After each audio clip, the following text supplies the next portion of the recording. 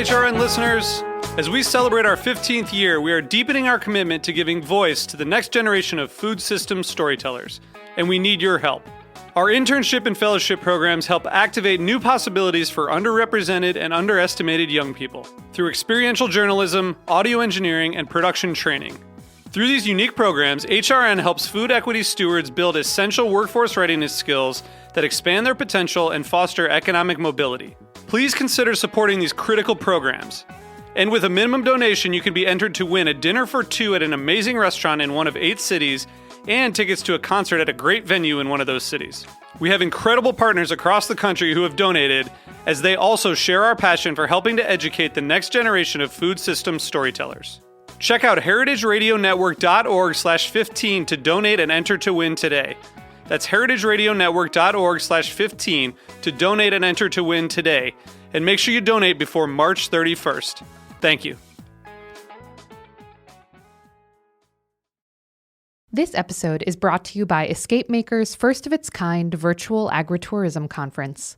For more information, go to escapemaker.biz. That's escapemaker.biz. Hi, this is Lisa Held, host of The Farm Report on Heritage Radio Network. Each week, I record my show because I'm excited to bring you, our listeners, the most important stories about how your food is produced. At this critical moment in time, stories about how and what we eat are more important than ever. I am so honored to be a part of the HRN community of hosts telling those stories. Whether that means hearing from farmers about using soil health to sequester carbon, giving marginalized groups a voice in the industry, or just bringing people together over a good meal.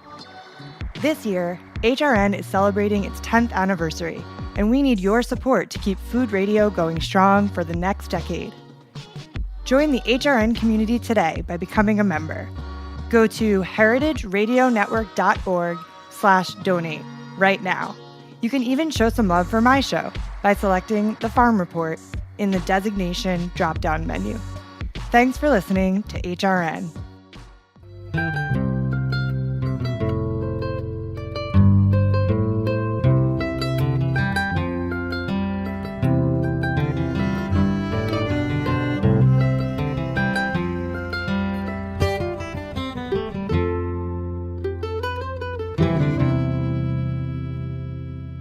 Hello, this is Lisa Held coming to you live from Roberta's in Bushwick, Brooklyn, and you're listening to The Farm Report, a Heritage Radio Network show about the people, processes, and policies that shape how food is produced today. Today I'm here with Matt Wadiak, the founder of Cook's Venture, a company that launched this spring with a mission built around regenerative agriculture. Matt is also the former co-founder and COO of Blue Apron. And also with us in the studio is Blake Evans, the vice president of Cook's Venture, who runs operations on the farm and is a farmer himself. Thanks for being here, guys. Thank you so much for having us. Thanks for having us. So I have so many questions about the company. I mean, I'm really excited to have you because this is so new, right? Like you just launched in March, I want to say? We did, however, I will say this. Blake is the founder of Crystal Lake Farms, which was part of our acquisition and has been working on breeding these heritage and heirloom birds in this particular cross that we've put together for over, I guess, a decade now. So Yep. it kind of goes back a little further. We launched Cook's Venture and put really the company together, but the story really goes back to 1939. So, Blake, do you want to give us a little history about Crystal Lake Farms then? Yes. I'll go back to the black and white days. My grandfather, is an interesting way to start, started a company called Peterson Farms in 1939. Okay. And was really into genetics after buying and selling eggs and chicks to other farmers. He felt like he could do this himself a lot better. And so he developed what was known as the Peterson male. It was one of the world-leading male line genetic birds through the 50s, 60s, and 70s and 80s. That company had spawned into a broiler production company. Okay. And so that's where my chicken background really came from, growing up on the farm, working with geneticists, learning about the importance of backgrounds of breeds and what they bring to the table. And was running my grandfather's company for a number of years and sold it. It was a very much commodity mainstream broiler company, but I was always trying to figure out, this isn't quite right. We need to do, something different. Interesting. And so that spawned Crystal Lake Farms, and we needed to build, naturally a breed from the ground up. Using heritage genetics, and really changed the entire process of poultry, breed, feed, and living environment. And that's really Crystal Lake Farms. So pasture raised, non-GMO project verified. And I think it's worth mentioning too for the folks out there who are listening that when we talk about genetics, sort of in the industry of breeding these heritage and heirloom birds, we're not talking about genetically modifying anything. It's just really the term that we use for breeding animals. Right. Well, and there's a lot to talk about when it comes to genetics. I think in some past episodes we've gotten into it a little bit. There's sort of, I think people know that industrial chickens are confined. They know that they grow quickly. But they don't know that a lot of that is because they've been bred to be a certain way, right? That's exactly right. And also, beyond the genetics, the things that are written on a package in a grocery store, like, organic or free range, might still mean that bird was literally living in the same house as a conventional bird and never went outside. And it doesn't necessarily imply that there was any better livelihood whatsoever for that animal and the living conditions in which it lived in. And in fact, in the mainstream broiler business, and the meat chickens are called broilers, in the mainstream broiler business, houses that are organic are often interchanged for just commodity standard chickens, just based on supply and demand. Right. You're saying in organic, like they could be organically certified. The chickens are given like a little bit of space. And actually there was a rule that was proposed to change that, and it did not end up going through. So we actually know that those chickens are generally not on pasture. Not generally, but don't have to be. It's not a stamp of... I would say almost never. Yeah. 99.999% of those chickens have never been outdoors. Right. Well, and going back to genetics, so when you say heritage, this is like a little bit of a tricky term because, there's the Livestock Conservancy has a very specific definition for a heritage chicken. The genetics have to be from before 1950, I think. What are the genetics of the birds you're using?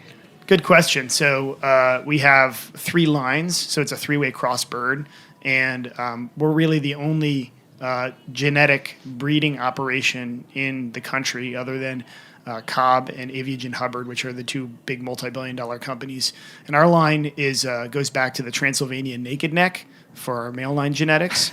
What a name. It's an incredible name, and that's a recognized heritage bird in the Delaware, which is also a recognized heritage bird. That's crossed on the female side with another proprietary bird, which is an heirloom bird that comes from the Blake family. Okay. And so what is special about this bird, the genetics of this specific chicken that you are using? Yeah, Blake, why don't you go into talk about the curve there, and there's a very different way that Blake put it together, so he can probably detail that best. Yeah, I think that, one of the first things that we did was I sat down with our geneticist and we talked about this for literally months. Poultry genetics are just so broken and you really don't even know what breed it is anymore. So we felt like you had to wipe the table clean and just start from the beginning. So we talked about the important traits that we needed: a bigger, longer frame. So the bird has a great skeletal system, activity. One of the things about the naked neck chicken is it was often referred to as a chicken that doesn't get sick. So not being able to, not ever wanting to have to put anything on antibiotics. You want those. You need a bird that has a healthy immune system. You want those traits there, absolutely. And so that was really the beginning, first breed selection that we did, and then Delaware brings in a lot of body conformation. So you have to have that. You'd have to put meat on the bird, otherwise it's just not going to, it's going to be scrawny and, it's not going to taste great. Right. And then we had one of the genetic lines that, my grandfather and I had, and that was the third cross of that. And so really trying to pull all of those appropriate traits together through natural mating and then selection from those breeds. The naked neck also has about 30% fewer feathers. So in a 100-degree Arkansas day, it can tolerate about a 10-degree higher temperature than traditional chicken. And so from there, we really worked with the growth curve and pushed that out. And genetics companies typically select birds for the fastest growth and then do that throughout.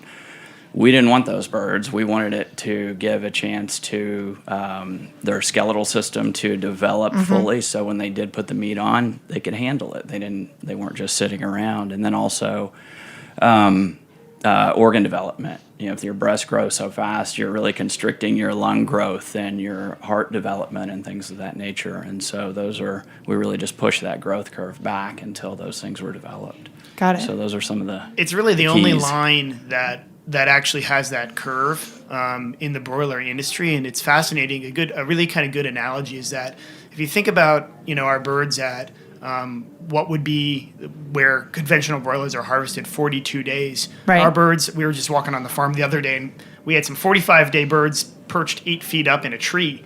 And that picture was actually in the Chronicle yesterday.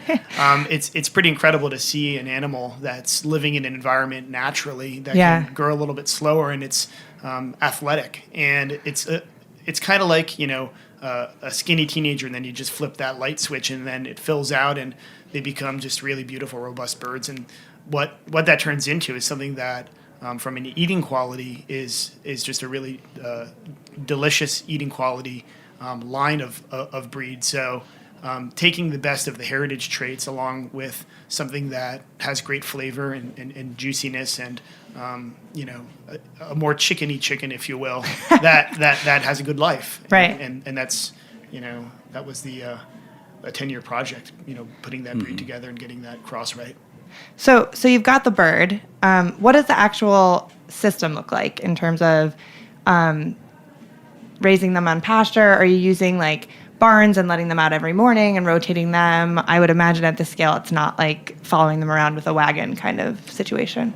No, not following around with a wagon. We're using the older style poultry houses that were curtain sidewalls, and natural air and sunlight are tremendously important. These houses, pretty much most of them are out of production. So we enhance those. We create large doors in the side. We let them out first thing every morning. I used to say it's like kids at recess. When you open the door, they're running out. And now I say it's almost like flushing the toilet bowl, because, the things that we do and the things that we provide, the birds literally are lining up and running outside when you open the doors. And we do hay bales and herbs and various things, tremendous amount of perch. And then we do all those same things outside too. So we try to give them the best natural environment that they're used to. And we, because you want them to be outside. Right. We'll be posting actually to our YouTube channel a video of this is a little preview of our birds going out and how we manage that system next week. And so if people want to tune in and actually see it in person, that'll go live in the next few days here. Cool. I saw once, I was on a farm. It was eggs. It wasn't broilers, but it was a Vital Farms pasture-raised system. And I saw that process, 7 a.m., they open the doors and the chickens are like just flying out. And it reminded me of like rush hour in the subway, actually. Like, remarkable. When everybody's crowded around the door and the door's open and it's just like everyone just like falling over each other to get onto the platform. Yeah. It's like, And that's all breed related. If you do the same thing and you open the doors in the morning with a conventional breed, which again, like every single chicken that you buy in the grocery store more or less is a conventional breed, they just won't go outside. They don't want to move, and they have a hard time even getting up and standing and going from the feed to the water, which is about 2 feet apart. So, much less do they have the bone density or energy to walk up and go up a ramp and down a ramp. And actually, one of the things that we saw the other day, the same day I saw the birds up in the tree, we walked down one of our ravines, which are called hollers in Arkansas, and the birds had actually walked all the way down the steep ravine. I could barely make it down there myself. And the chickens had no problem running down there and running back up. And they were drinking from a little stream down in the ravine. And it's just like a surreal thing to see a breed that can actually accomplish that and feed people for, what's not only socioeconomically better for the farmer and for the environment and for the animals, but also affordable for our customers. Right. Two questions. One, we sort of glazed over this idea that we know that chickens that are organic are not necessarily getting out on pasture, but I did notice that you're not using the term organic. Mm-hmm. Is that because the feed isn't organic, or is it the land you need time for the 3-year window? Organic certification for USDA is solely, there's some regulations on indoor housing conditions, very, very minimal, I'd say, but it's majority of it is feed related. Right. And a lot of that organic feed, quote unquote, is actually imported from overseas. There was a really great article in the Washington Post about how a lot of that is falsified at secondary ports and then brought in, and it wouldn't pass a mass spectrometer test in a lot of cases. So I don't really love the idea of that. My whole basis of how we're thinking about growing food in our country should be regenerative. Mm-hmm. And oftentimes farms that are regenerative or grow in organic systems might not be organic certified. And the biggest impact that we can make in terms of sequestering carbon and adding biological organic matter to the soil is taking a farmer from a more conventional system and then converting them over to an organic system. And during that transition, you see some of the largest sequestration of organic matter in soil and carbon. And that offset actually is, drawing down carbon from the atmosphere, storing it in the soil. And, when you're eating a chicken, you're actually eating what that chicken ate. And to quote Brilliant Savarine, take me to your kitchen and I'll show you what you are. A chicken is the same way. You are what you eat. And we want to be, growing birds and monogastric animals that are consuming regenerative feed. That's why we don't use the term organic. But what is the actual feed that you're giving them in addition to what they're getting on pasture? So all monogastric animals, including people, can't live off of just celluloid material like grass alone. So it is a fallacy that there's anything, you see this sometimes, grass-fed chicken, that does not exist in the world. You wouldn't want that. They need to eat calories, carbohydrates, and protein just like people. So that food for monogastrics has to be grown as a crop.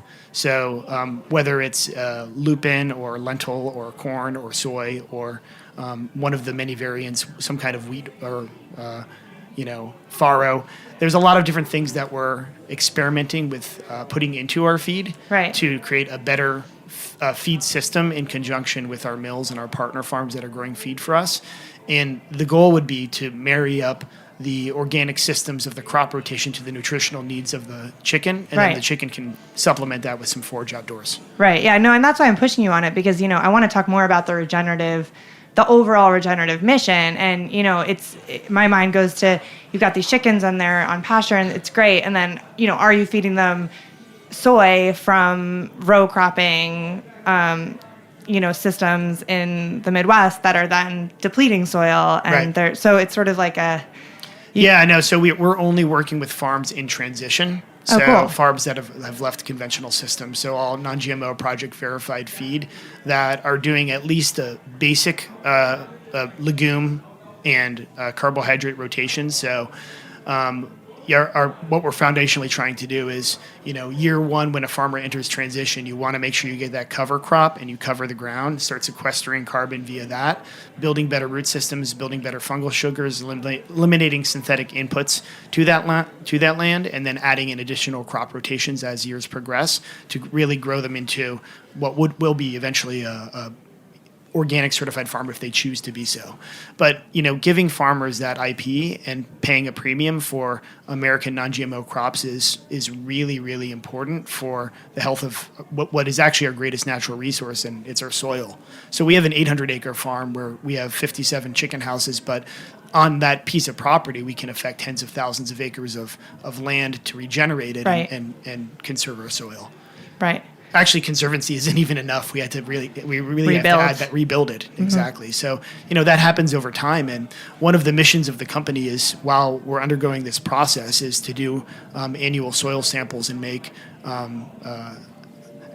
agroecological agroecological feedback to our partner farms so that they can help to do that. Because unfortunately, if you're a farmer in America today, probably most of your information that you're getting in terms of farm intellectual property is coming from a big seed company or a fertilizer company or a herbicide company. And there isn't a large amount of information available to people for free. So that's a service that we provide to our crop farmers. Great. We need to take a quick break. We're going to get a quick word from a sponsor. When we come back, more with Matt and Blake from Cook's Venture.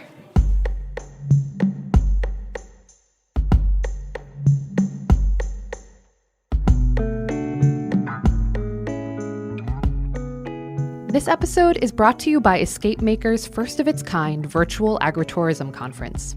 Did you know that every $1 invested in tourism marketing returns on average $3 to $8 back? Not a bad ROI. Learn how to grow your agritourism business via 12 workshops entirely women-led. The local travel landscape is rapidly changing to meet the demands of the leisure, event, and corporate travel sectors. Whether you're a farmer or producer, a winemaker, a restaurateur, or a destination marketing organization, there's more opportunity than ever to capture these markets. The Virtual Agritourism Conference will provide you with insights and skills to keep your target demographic coming back for more. 14 speakers providing 6+ hours of education that you can watch at your convenience anytime on any device. Maximize your time, budget, and resources, and focus on creative solutions to help your business thrive. Presented by Escape Maker and Fulton Stall Market, the full conference access pass is now available for purchase. Use the code HERITAGE2019 for $50 off a full pass at checkout. For more information and to purchase your pass, go to escapemaker.biz. That's escapemaker.biz. All right, we're back. This is Lisa Held. You're listening to the Farm Report on Heritage Radio Network. I'm here with Matt Wadiak and Blake Evans from Cook's Venture. So we've been talking a lot about chickens, and to be honest, I have a million more questions about chickens. But I want to talk more about sort of the overall company and mission, because I know there's a lot more to it. So first of all, just, we've been throwing around this term regenerative agriculture a little bit, and we talk a lot about it on the show. But just in case someone is not that familiar, and also because I think people use it differently, can you, Matt, kind of just give us a quick definition of how you define it in relation to the systems you're using at Cook's Venture? Yeah, no, that's a really great question. And depending on the biological system of the animal and the kind of crops that you're growing, regenerative can be different as a way to measure land and land usage. So, for example, in the ruminant system, Alan Savory from Savory would say that you use regenerative agriculture to manage cattle with controlled grazing to sequester carbon and prevent desertification of land. In a cropping system that we're utilizing for monogastric animals for poultry, we're defining regenerative agriculture as agriculture which contributes biological matter and improves soil health year over year that we can measure. And we have 4 pillars of that. The first one being soil health, which we measure with various metrics. The second one is biodiversity, so measuring biodiversity on farm, including things like native pollinators and different crop rotations. The third tenet that we think about with regenerative agriculture is integrated pest management, and the last one is energy use on farm. And energy use on farm is actually not what a lot of people think it is. The largest use of energy on farm is actually generally in conventional farms ammonium nitrate fertilizer. So eliminating the input from ammonium nitrate for fertilizer, which takes an enormous amount of natural gas to produce, is a very important part of growing food regeneratively for animals. That's great. See, it's like you have this very specific way that you define it, and I'm glad that we put that out there. And part of it is right now you just have chickens, but from what I understand, Cook's Venture is going to be a diversified operation eventually. Is that right? That's right. And the reason why we started with chickens is because when you look at crops in America, 97% of crops in America go towards ethanol, which is 40%, 19% towards cattle, and the next biggest bucket after that is actually 9% of all corn in America, of America's biggest crop, goes towards feeding poultry. So it's of the things that we should be growing crops for, it's the biggest bucket because cattle should be grazed on grass. They're the only animals that can digest celluloid material and convert that into muscle mass. And obviously ethanol is produced at an energy loss, which I'm sure you guys have talked about. It takes 70% more ethanol to produce a liter of ethanol than it can create. So that's a major issue. And, Yes. and the chicken industry really is ripe for change. It really needs it. And consumer transparency in that industry, from the crops all the way to the animals, needs a huge paradigm shift. So when will the other elements start to come into play? Like when do you see Cook's Venture branching out? Well, I've spent my career as a chef and a food entrepreneur, working with diversified farmers all over the country, and have worked on a lot of farms myself.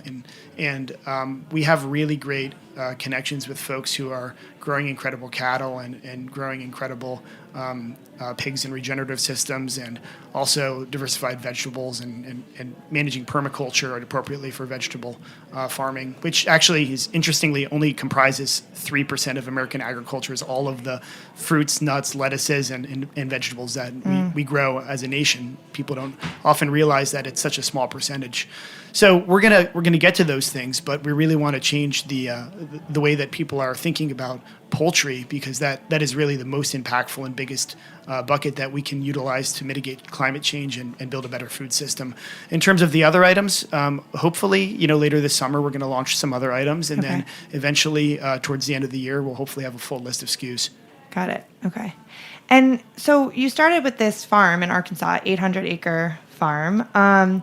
Is the idea that everything is coming from that farm, or is the bigger picture that there'll be a network of farms? So we're working with a system of different growers in poultry and also other animals. Would be impossible to farm, for example, cattle on our poultry farm, and the kind of land that you utilize for different plants and animals is obviously nutritionally different, and you can only grow certain things on certain properties. So when we do work with contract growers, what's really important is that we do not participate in the tournament system, which pits growers against each other and is used by mainstream poultry companies. In fact, we actually start our base pay for our growers who oftentimes have been out of production for 10 or 15 years because they didn't want to pay the premiums for the quote-unquote upgrades to their houses that big chicken companies demand. They can receive, without that investment, almost double what they would make in the tournament system, and in some cases even more than that. And all we're asking them to do is enrich their houses through natural things like hay, hanging fresh herbs every day, and then cutting big holes in the sides of their houses so the chickens can actually go outside and help to regenerate that land naturally through nitrogen and not eating and excreting nitrogen and growing grass and trees and shrubs and plants and stuff. So yeah. What actually, this just occurred to me, Blake, in Arkansas, where the farm is, how rare is this kind of operation? Like, if farmers around you see what you're doing in terms of this style of letting the chickens out, how do people react? Is it really unique? That depends on who's reacting, I think. We opened up a pasteurized company in the middle of confined chicken. So, it's probably a little negative from those guys. Is it maybe? It's by Tyson, is that right? Tyson Tyson's just, their headquarters is really close, right? 30 minutes down the road. But, we get outside farmers that come to us for all reasons. They didn't want to make the upgrades, couldn't afford to make the upgrades. They love the idea of the better animal husbandry, and then they would hear from other farmers that this is a much less stressful environment working with these birds. And so I think, from the perception like that, it's really, really positive. Right. Mm-hmm. One of the biggest problems is that if you're a chicken farmer in America, to get a placement of chickens, you have to work with one of the big chicken companies, and you have to work with the companies that also own the plant. And the companies that own the plant manage oftentimes networks of hundreds and hundreds of broiler farmers, and they're confined to those contracts for oftentimes decades. Right. So they can't get out from underneath them, and they can't process their birds independently because they can't get a placement of birds. Right. Well, and would that be a challenge for you to get people to switch and grow for you because their contracts are so long? And most of the folks who are working with us have contracts that have expired and chose not to re-enter the industry and are recycling their housing for us. So it would be housing that would otherwise go barren. And in this case, we can regenerate the houses and regenerate the land via giving them placements of better chickens. Interesting. And what's the scale? How much chicken are you producing? So that's actually the great thing about it is we can produce up to 700,000 chickens a week in our plant, which allows for a better cost to consumer because we are actually a scaled operation that's vertically integrated. And that may sound like You're processing there too? We own a processing plant right over the border in Jay, Oklahoma, which was a plant that was built in 1962, and we've just undergone a huge renovation to an air chill facility, and it's a state-of-the-art, hygienic with better husbandry, better management practices for the live birds, and better welfare for the employees in the community.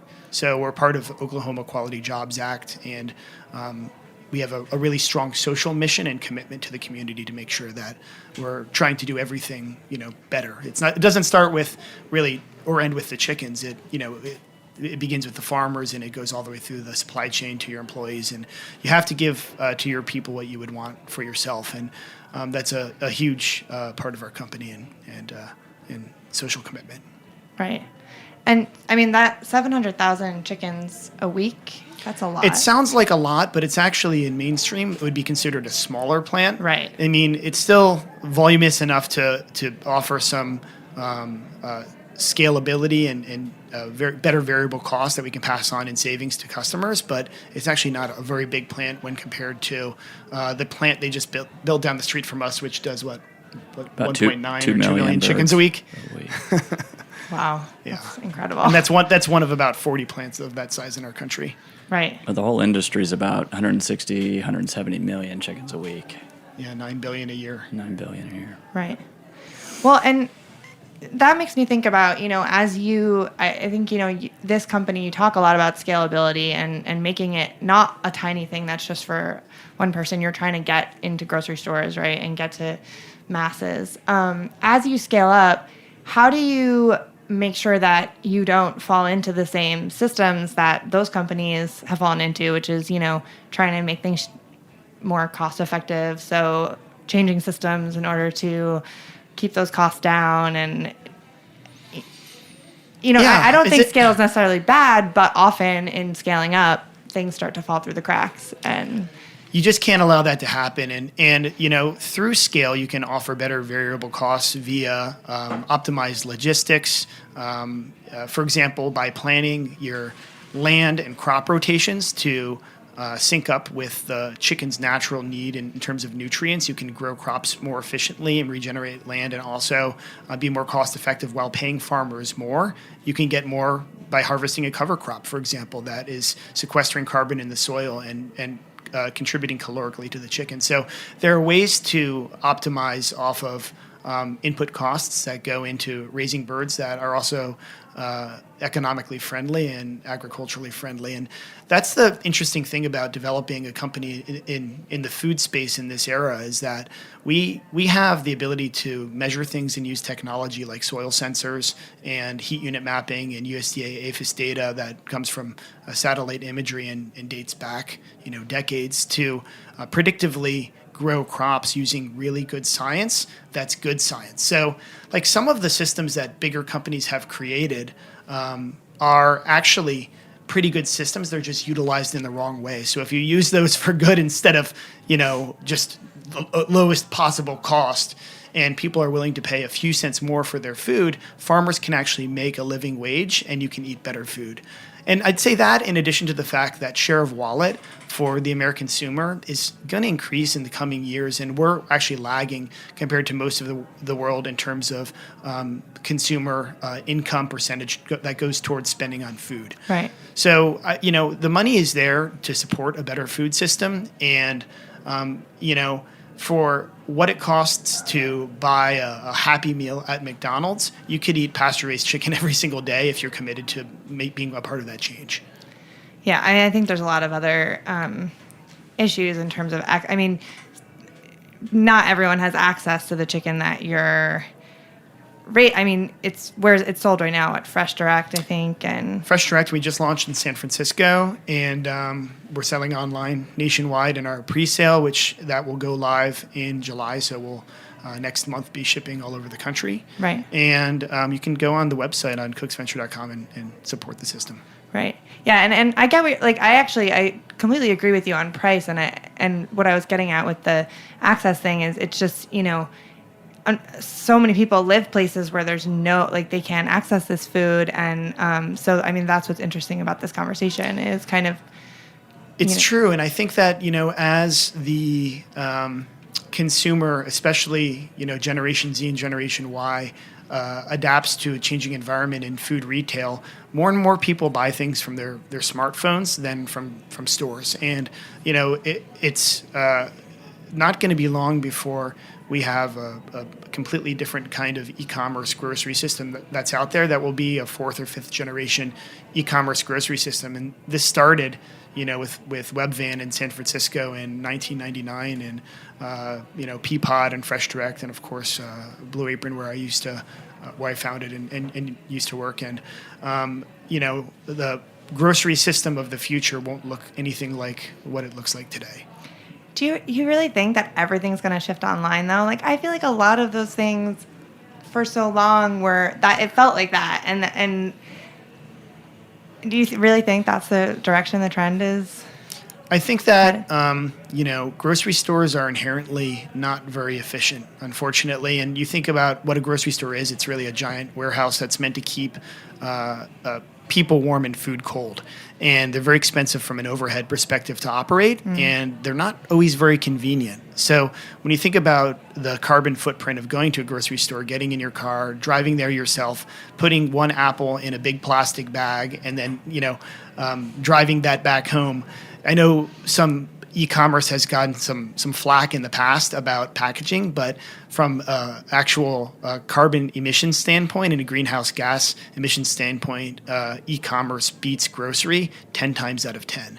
So, obviously we have a huge infrastructure of grocery in our country that's not going to disappear overnight. Right. But I think those are going to really turn more into pick and ship facilities and pick and pack facilities increasingly. I mean, we've seen the rise in demand of companies like, my former company and Instacart and Good Eggs and all kinds of different e-commerce companies that are thriving. And, obviously you can go online and buy food in all 50 states right now, which wasn't something that existed 10 years ago. So it's not going to decline. It will just continue to increase.